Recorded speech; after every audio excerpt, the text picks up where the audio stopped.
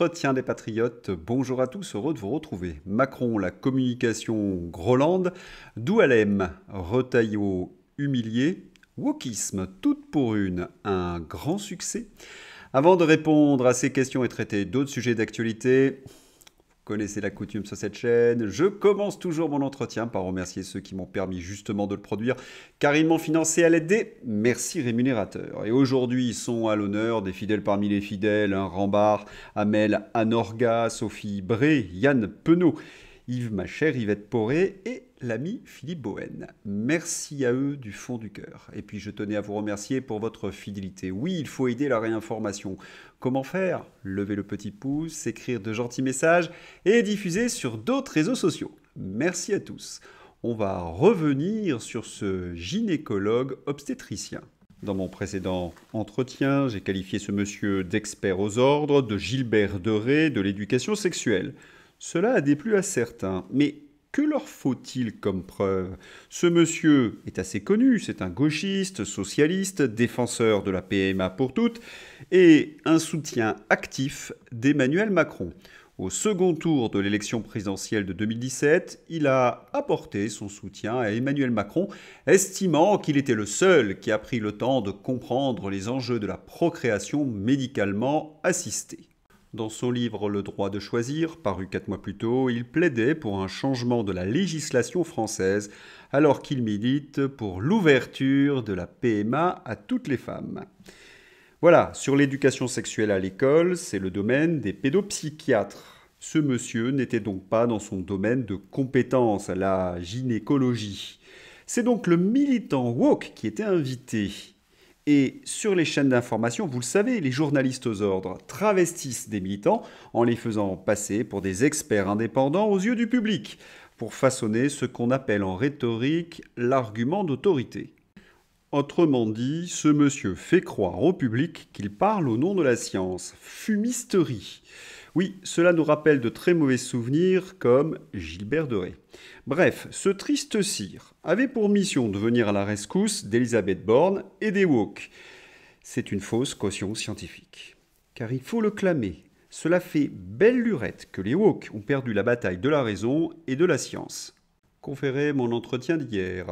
Robert Kennedy et sa nomination au ministère de la Santé. Alors, est-il nommé? Eh bien, ce n'est pas gagné. Le plus haut républicain du comité sénatorial de la santé déclare qu'il a du mal à confirmer Robert Kennedy Jr. Le sénateur Bill Cassidy a accusé Kennedy de toujours demander plus de preuves et de ne jamais accepter les preuves qui existent. Ce n'est pas vraiment une surprise, le lobby pharmaceutique est tout puissant aux USA. Confère mes salons de conversation sur le sujet.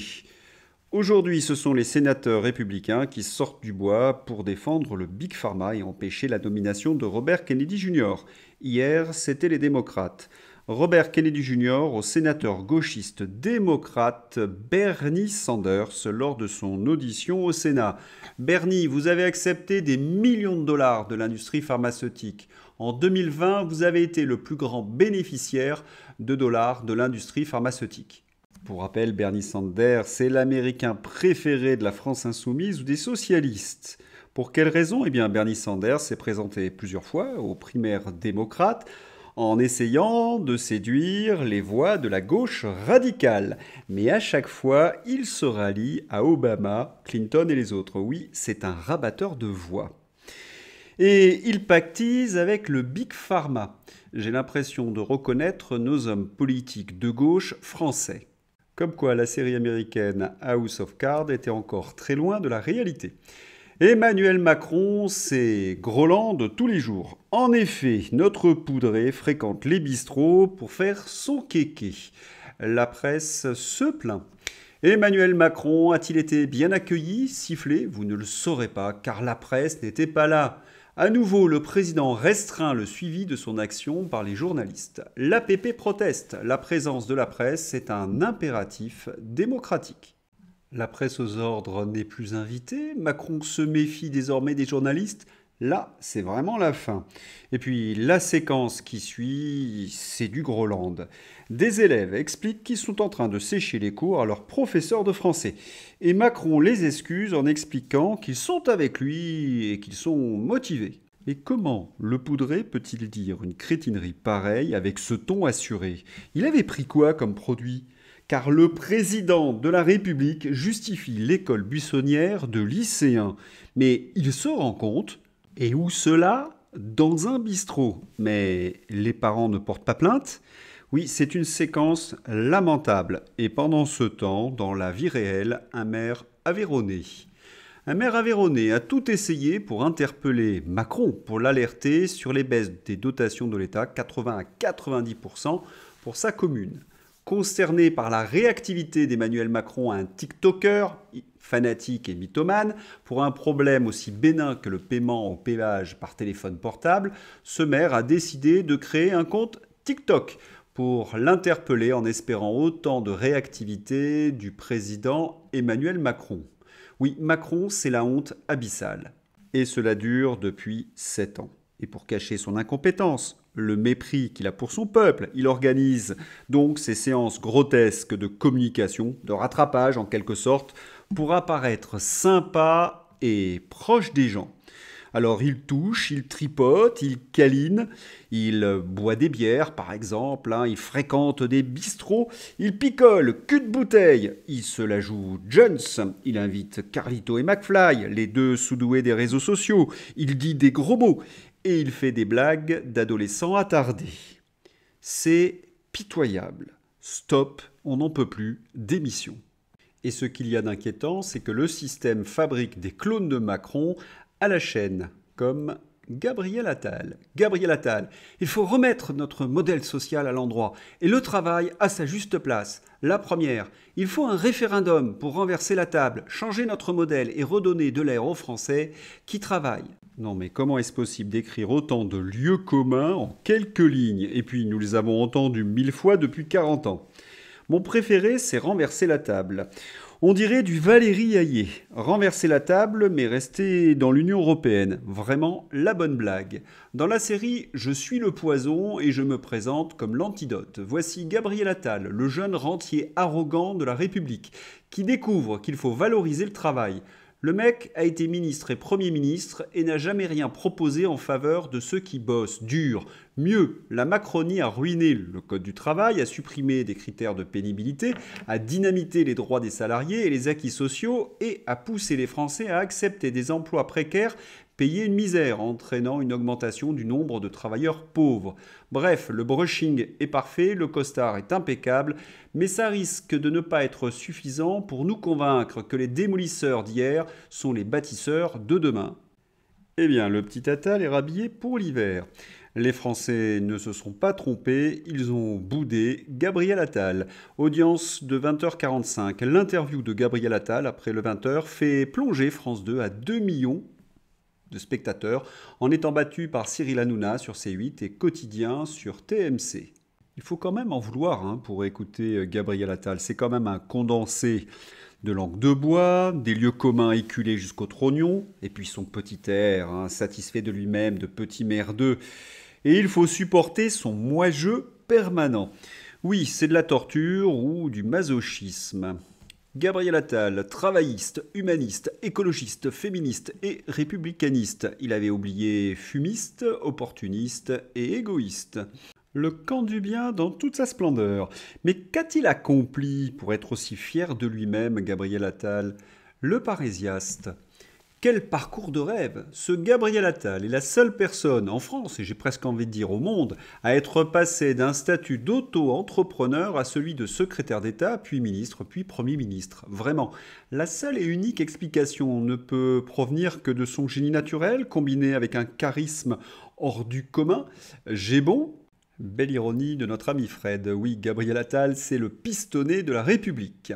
Bruno Retailleau contre l'influenceur Doualem.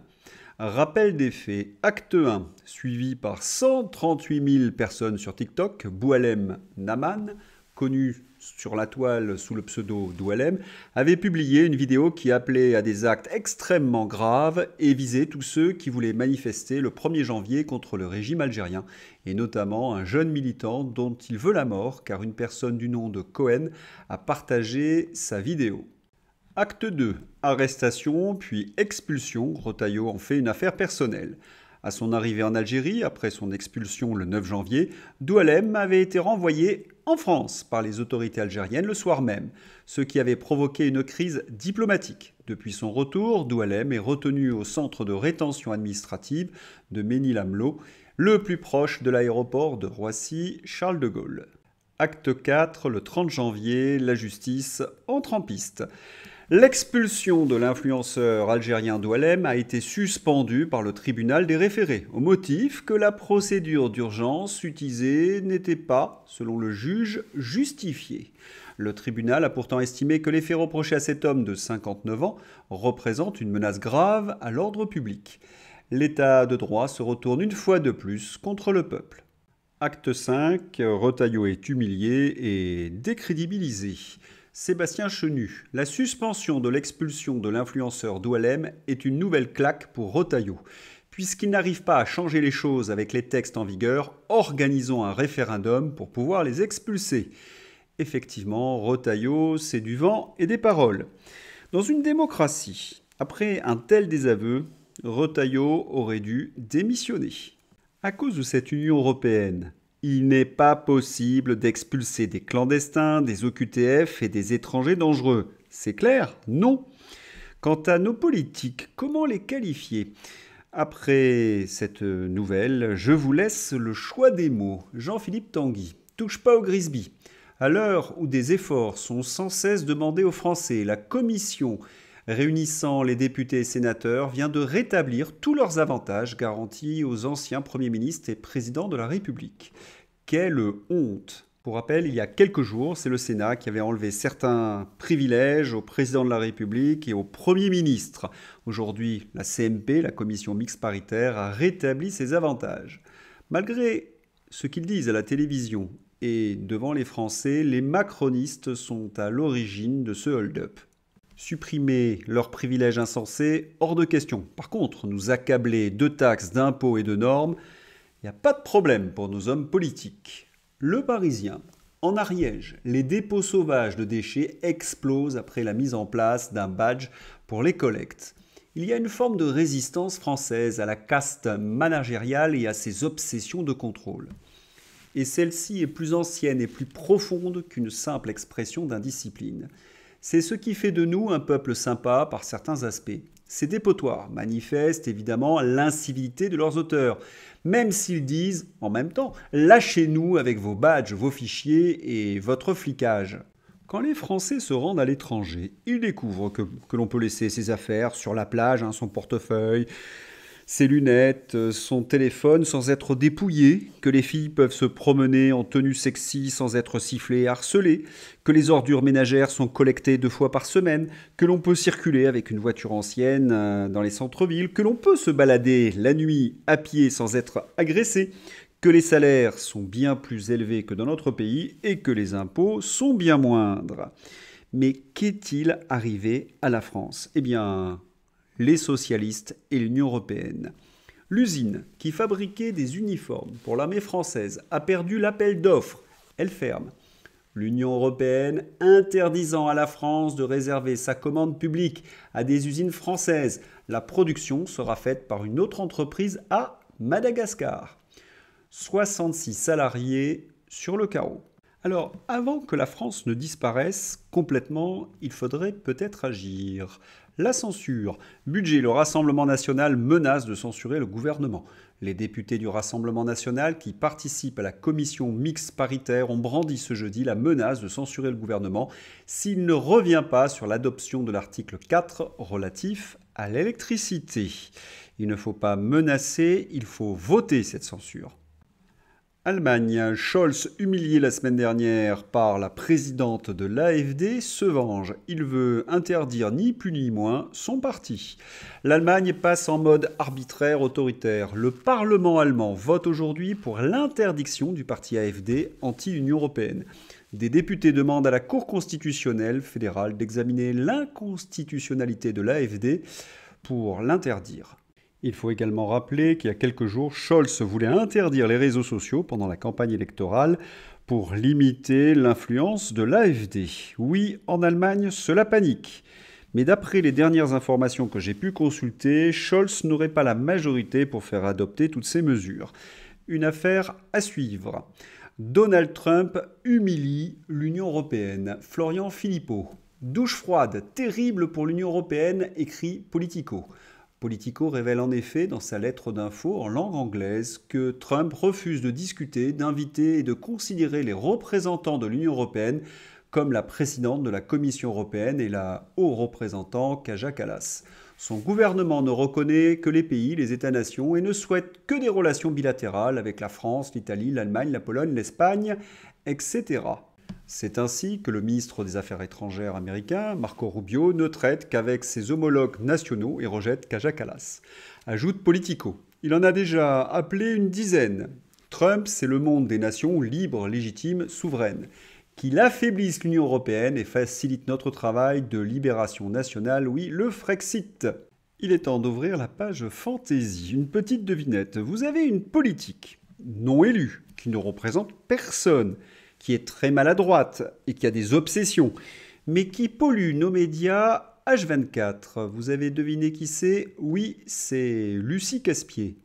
Est-ce qu'il y aurait un réseau qui essaierait de nous l'imposer pour 2027? Cela y ressemble. Ah, les sentiments et les hommes politiques. Jean-Noël Barrot, l'homme aux yeux de Gobi exorbités, ministre des Affaires étrangères. Il y a un sentiment de défaillance de l'État et ce sentiment conduit au sentiment de submersion. Sans oublier un sentiment d'exaction fiscale, un sentiment de faillite et un sentiment de tiers-mondisation. Le tout dominé par un profond sentiment de foutage de gueule.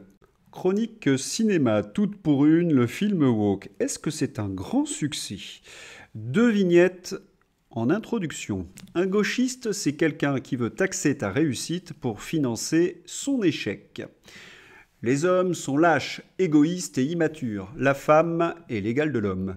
Ces 2 vignettes nous expliquent bien des choses pour ce film woke. Alors, est-ce que c'est un franc succès? Eh bien non, selon le Figaro, si l'on considère le box-office.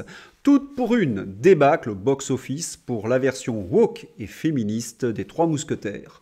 Le mois de janvier n'est pas terminé et on tient déjà le gros flop du cinéma français 2025. 11 611 entrées pour Toute pour une.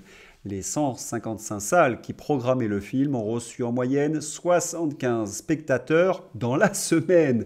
Budget 10 millions d'euros, dont 2,6 millions d'euros de France Télévisions et 850 000 euros du CNC. Comment expliquer un tel bide? Eh bien, les critiques sont unanimes. Le film est idiot et vulgaire. Et puis, les actrices ont ni plus ni moins insulté les spectateurs français. Je vous emmerde, ont-elles dit? L'arrogance, c'est insulter les gens, sortir la carte racisme et croire que ton film va marcher parce que c'est un chef-d'œuvre. Bon, c'est un flop monumental. Mais pour l'excellent Laurent Firode, non, c'est un fier succès. Comment cela, Laurent Firode? On entend partout que Toute pour une est un gros bide. C'est vrai, du point de vue du public, mais du point de vue du monde du cinéma, c'est un succès. Récolter plus de 10 millions d'euros pour faire un film pareil, là, franchement, bravo.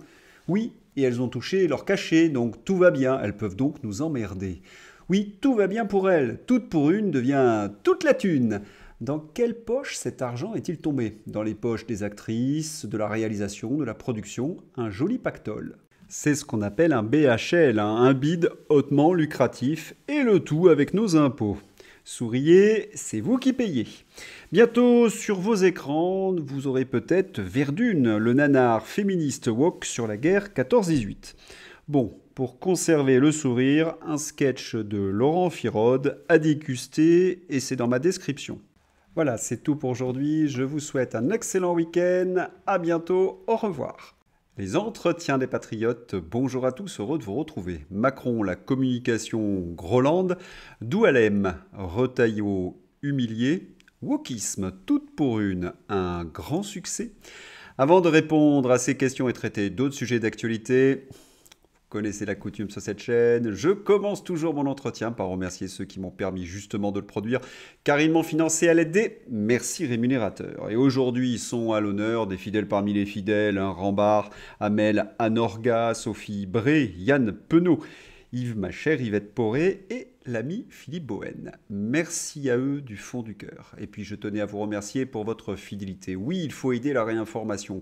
Comment faire? Lever le petit pouce, écrire de gentils messages et diffuser sur d'autres réseaux sociaux. Merci à tous. On va revenir sur ce gynécologue obstétricien.